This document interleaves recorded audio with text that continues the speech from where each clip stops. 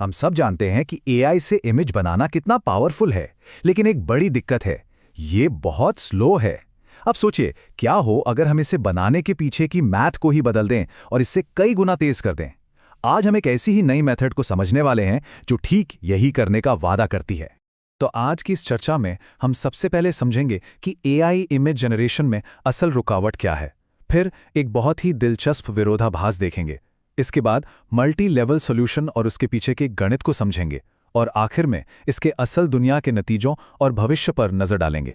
चलिए शुरुआत उस सबसे बड़ी चुनौती से करते हैं जिसका सामना आज का जेनरेटिव एआई कर रहा है, और वो है एक अच्छी क्वालिटी की इमेज बनाने में लगने वाली जबरदस्त कंप्यूटिंग पावर और वक्त।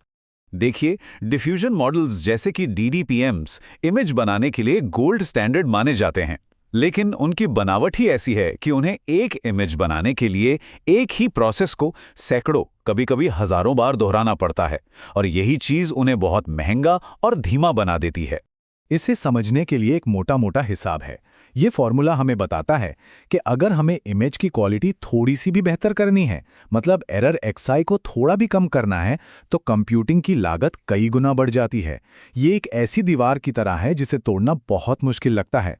अब यहाँ पर बात बहुत दिलचस्प हो जाती है। इस पेपर में जो तरीका बताया गया है वो इस दीवार को तोड़ने के लिए मुश्किल रास्ते को ही अपनाता है। सुनने में थोड़ा अजीब लगता है ना, कि कोई मुश्किल काम जल्दी कैसे हो सकता है, लेकिन असल में परफॉर्मेंस को बूस्ट करने का राज इसी आइडिया में छिपा है। तो यहाँ पर एक खास कॉन्सेप्ट आता है जिसे कहते हैं हार्डर दैन मॉन्टे कार्लो या HTMC रिजीम। इसका सीधा सा मतलब है कि जब कोई प्रॉब्लम एक खास लेवल से ज्यादा मुश्किल हो जाती है तो उसे सॉल्व करने के लिए नए शॉर्टकट वाले रास्ते खुल जाते हैं। सोचिए, एक आसान पहेली को सुलझाने का एक ही सीधा तरीका होता है, लेकिन एक बहुत ज्यादा जटिल पहेली में उसकी जटिलता के अंदर ही कुछ छिपे हुए शॉर्टकट मिल सकते हैं। और ये सिर्फ कोई थ्योरी नहीं है, ये असल में होता है। इस ग्राफ को देखिए, वाई एक्सिस पर एरर है और एक्स एक्सिस पर कंप्यूटिंग कॉस्ट यानी समय। नीली लाइन असल यूनिट का परफॉर्मेंस दिखा रही है। हम साफ साफ देख सकते हैं कि एरर को थोड़ा कम करने के लिए भी कॉस्ट कितनी तेजी से बढ़ रही है। जब इस लाइन की ढलान को नापा गया तो गामा की वैल्यू लगभग 2.5 निकली, और क्योंकि 2.52 से बड़ा है, ये बात पक्की हो जाती है कि हमारे इमेज जनरेशन मॉडल्स सीधे सीधे इस HTMC रिजीम में आते हैं। तो अब जब हम ये समझ गए हैं कि हमारी प्रॉब्लम काफी मुश्किल है, तो चलिए अब इसके समाधान की बात करते हैं जो इसी HTMC प्रॉपर्टी पर बना है, the multi level Euler Maruyama method. इसे ऐसे समझिए, पुराने तरीके में एक ही मास्टर आर्टिस्ट नेटवर्क था जो हर छोटा बड़ा काम करता था, जिससे समय बहुत लगता था। लेकिन नए मल्टी लेवल तरीके में हमारे पास आर्टिस्ट की एक पूरी टीम है। कुछ छोटे अप्रेंटिस हैं जो फटाफट रफ काम करते हैं, और एक मास्टर है जो सिर्फ आखिर में फिनिशिंग टच देता है। और इस आइडिया के पीछे का गणित ये रहा।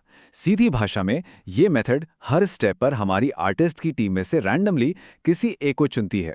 ज्यादातर बार ये काम करने के लिए किसी तेज और सस्ते अप्रेंटिस नेटवर्क को चुनती है, और कभी कभार ही ये महंगे मास्टर नेटवर्क को बुलाती है। इससे कुल मिलाकर लगने वाला समय और लागत दोनों ही बहुत कम हो जाते हैं। अच्छा, तो आइडिया तो बड़ा अच्छा है, पर क्या गणित भी इसे सपोर्ट करता है? चलिए अब संक्षेप में उस मैथमेटिकल प्रूफ पर नजर डालते हैं जो गारंटी देता है कि यह तरीका न सिर्फ काम करता है बल्कि ज्यादा एफिशिएंट भी है। देखिए, ये पूरा का पूरा प्रूफ दो बहुत ही सीधी साधी बातों पर टिका है। पहली कि बड़े नेटवर्क ज्यादा सटीक होते हैं लेकिन ज्यादा महंगे भी, और दूसरी कि हमारा फंक्शन ठीक ठाक व्यवहार करता है, मतलब उसमें अचानक से कोई बड़े उतार चढ़ाव नहीं आते। इस प्रूफ का असली जादू एक बहुत ही स्मार्ट बैलेंस बनाने में है। ये दो तरह की गलतियों को कंट्रोल करता है। एक है बायस, यानी हमारा अनुमान औसतन कितना गलत है, और दूसरा है वेरिएंस, यानी हमारे अनुमान में कितना उतार चढ़ाव है। फिर ये गणित का इस्तेमाल करके नेटवर्क्स को चुनने की सही संभावनाओं का वो मिश्रण ढूंढता है जिससे हमें मनचाही सटीकता सबसे कम लागत में मिल जाए। और इसका नतीजा वाकई कमाल का है।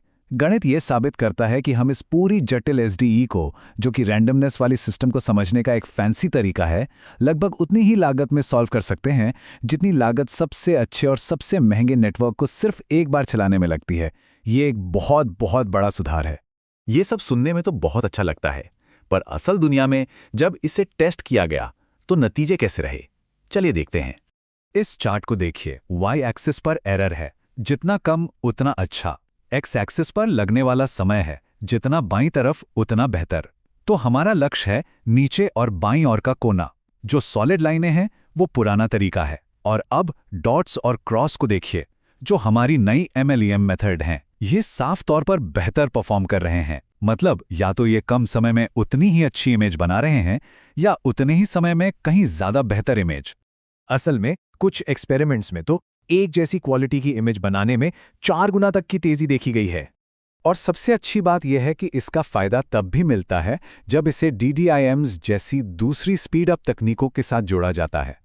यहां भी नीले डॉट्स जो MLM हैं, सॉलिड लाइनों से बेहतर हैं। इसका मतलब है कि ये मौजूदा ऑप्टिमाइजेशन के ऊपर एक और सुधार की परत जोड़ता है। चलिए अब आखिर में ये समझते हैं कि इस पॉलिनॉमियल स्पीडअप का भविष्य के लिए क्या मतलब है। क्योंकि ये एक पॉलिनॉमियल स्पीडअप है, इसका फ़ायदा तब और भी ज़्यादा बड़ा हो जाता है जब मॉडल्स और बड़े होते हैं। और इंडस्ट्री का ट्रेंड तो यही है कि मॉडल्स लगातार बड़े होते जा रहे हैं। मतलब भविष्य के और भी पावरफुल मॉडल्स के लिए ये तकनीक और भी ज़्यादा कीमती हो जाएगी। तो आज की सबसे बड़ी सीख ये है कि जिस चीज़ को हम एक कमज़ोरी समझ रहे थे, यानी जटिल डेटा को मॉडल करने की मुश्किल, जिसके लिए बड़े नेटवर्क्स चाहिए, वही असल में एक ताकत बन गई है। ये मुश्किल ही है जो इस कंप्यूटेशनल शॉर्टकट का रास्ता खोलती है। ये रिसर्च एक बहुत ही रोमांचक दरवाज़ा खोलती है। यह हमें सोचने पर मजबूर करती है कि AI में ऐसी और कौन-कौन सी समस्याएं हैं जो हमें आज नामुमकिन लगती हैं, लेकिन शायद उनके समाधान भी उन्हीं की जटिलता में छिपे हों, बस खोजे जाने का इंतजार कर रहे हों।